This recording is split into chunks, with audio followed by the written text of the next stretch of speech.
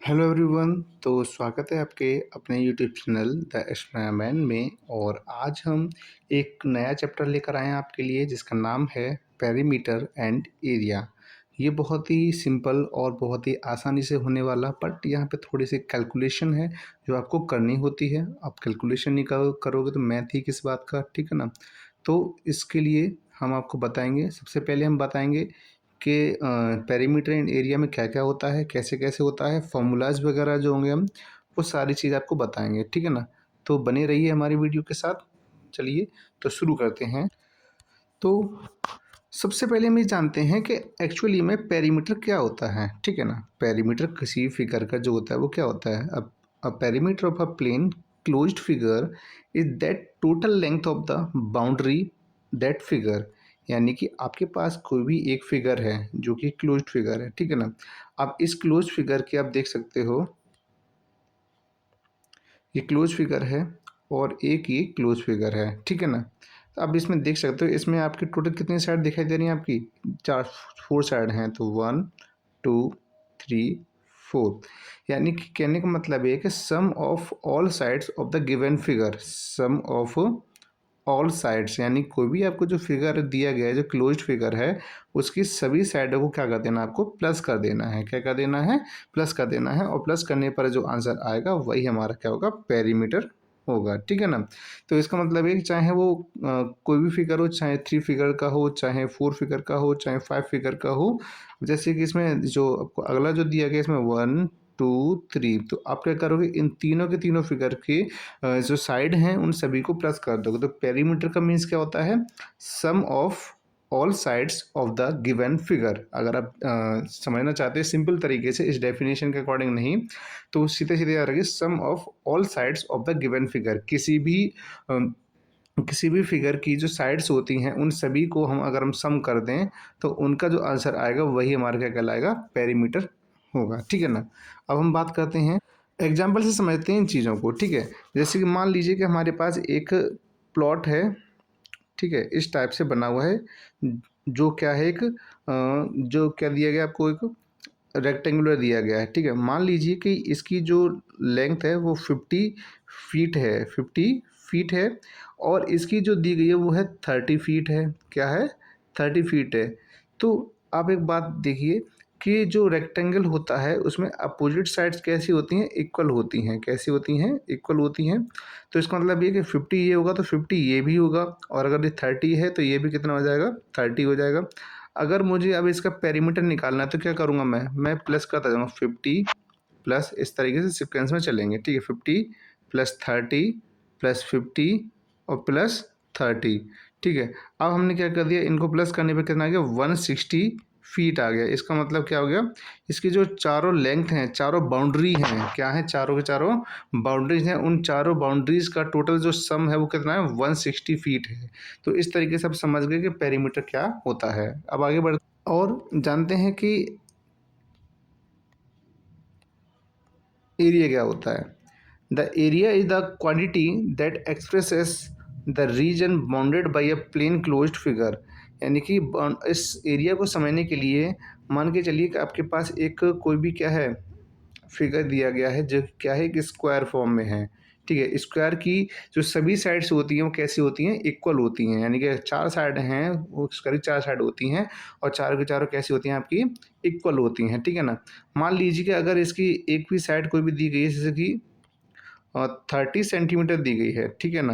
तो अगर हमें इनका क्या क्या निकालना है, एरिया निकालना है, तो एरिया निकालने के लिए हम क्या करेंगे, इन्हीं का 2 टाइम्स मल्टीप्लाई कर देंगे। इन्हीं का क्या कर देंगे, 2 टाइम्स मल्टीप्लाई कर देंगे। और मल्टीप्लाई करने पे कितना आएगा, 3 3 जा 9, तो इस तरीके से हो जाएगा 900।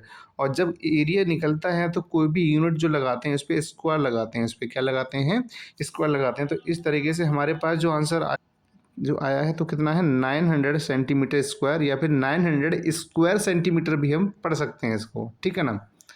अब हम जानते हैं इनके सभी के फॉर्मूले के बारे में। जैसे कि मैंने अभी बताया स्क्वायर के बारे में, देखिए स्क्वायर को हम हिंदी में बोलते हैं वर्ग। क्या बोलते हैं, वर्ग बोलते हैं। और अब वर्ग के हम क्या करें, यानी स्क्वायर के फॉर्मूले के बारे में जानते हैं। जैसा कि आपको मैंने बताया है कि स्क्वायर की सभी साइड कैसी होती हैं, इक्वल होती हैं, सेम होती हैं। मान लीजिए कि ये ए है, ये बी है, ये सी है और ये क्या है, डी है।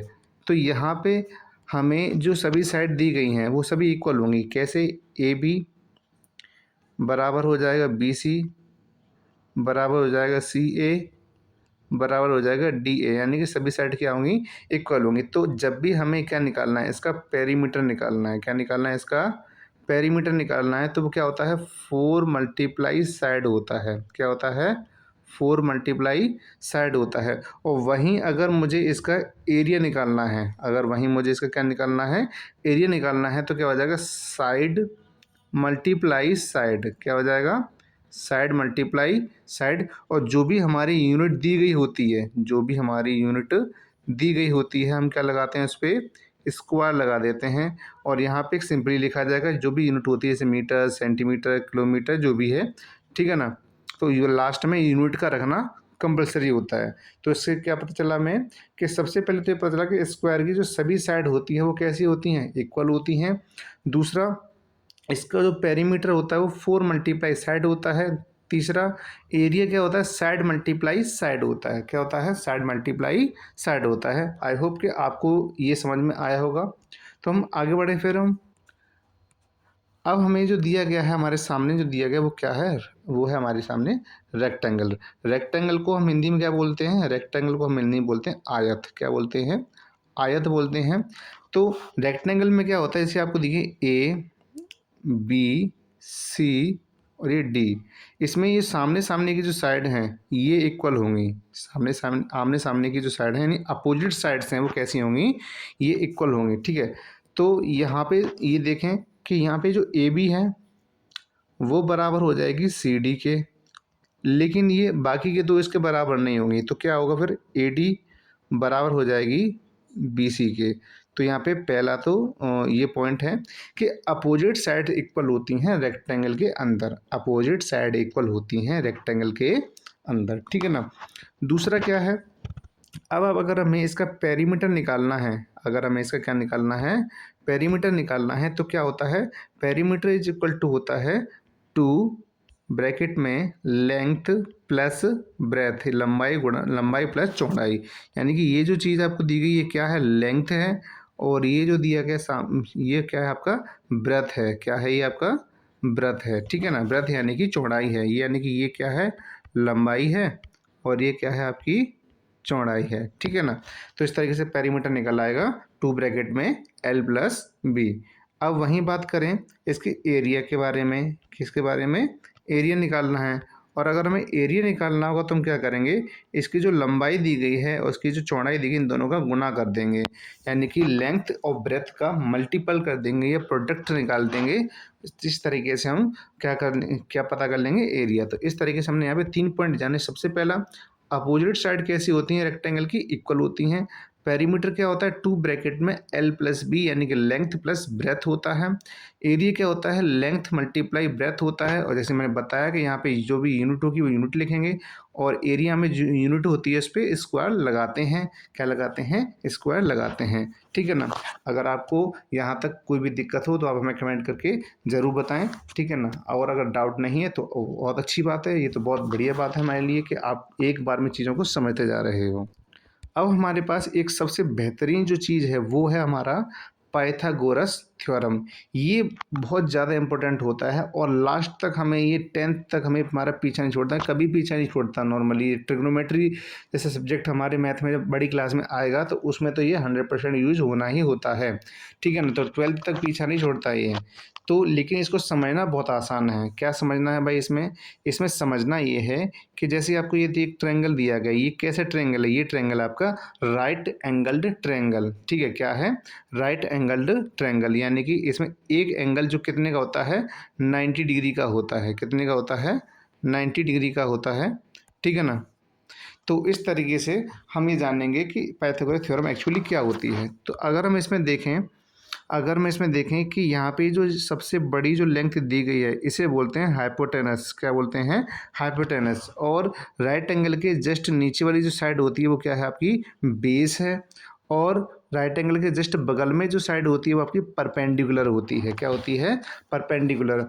तो पाइथागोरस थ्योरम ये कहती है कि आपका हाइपोटेनस जो होता है, उसका स्क्वायर इक्वल होता है बेस के स्क्वायर के प्लस परपेंडिकुलर के स्क्वायर के। ठीक है, ये है हमारी थ्योरम, पाइथागोरस थ्योरम। ठीक है, एच स्क्वायर क्या है, यहाँ पे ए बी है, तो ए बी का स्क्वायर, बी क्या है, ये भी ए बी, सॉरी गलत हो गया, ये क्या है, ए सी है, ए सी का स्क्वायर, और ये क्या है, बी, ए बी का स्क्वायर, और परपेंडिकुलर पी क्या है आपका, बी सी का स्क्वायर। तो इस तरीके से हम आसानी से समझ सकते हैं। ठीक है ना, इसका मतलब ये है कि हमारा जो हाइपोटेनस होता है, हमारा जो हाइपोटेनस होता है, इसका स्क्वायर बाकी दोनों साइड के स्क्वायर के सम के इक्वल होता है। किसके इक्वल होता है, दोनों के स्क्वायर के सम के इक्वल होता है। ठीक है ना, तो हमें एक बार और रिपीट करता हूँ कि किसी भी राइट एंगल्ड ट्रायंगल में, किसी भी राइट एंगल्ड ट्रायंगल, किसी भी राइट एंगल ट्रायंगल में हाइपोटेनस का स्क्वायर इक्वल होता है बेस के स्क्वायर और परपेंडिकुलर के स्क्वायर के सम के इक्वल। किसके इक्वल, सम के इक्वल होता है। यही हमारी क्या कहलाती है, पाइथागोरस थ्योरम कहलाती है। ठीक है ना, अब आगे बढ़ते हैं।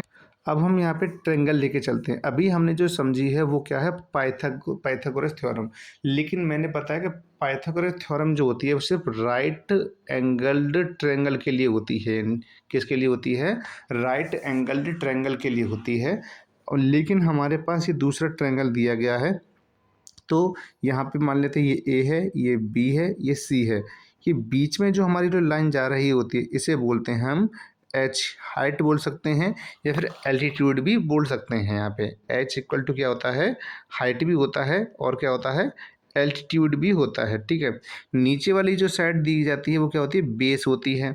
क्या होती है हमारे पास, ये बेस होती है। ठीक है, अगर हमें इसका एरिया निकालना है, अगर हमें इसका एरिया निकालना है तो एरिया निकालने के लिए हम क्या करेंगे, एरिया निकालने के लिए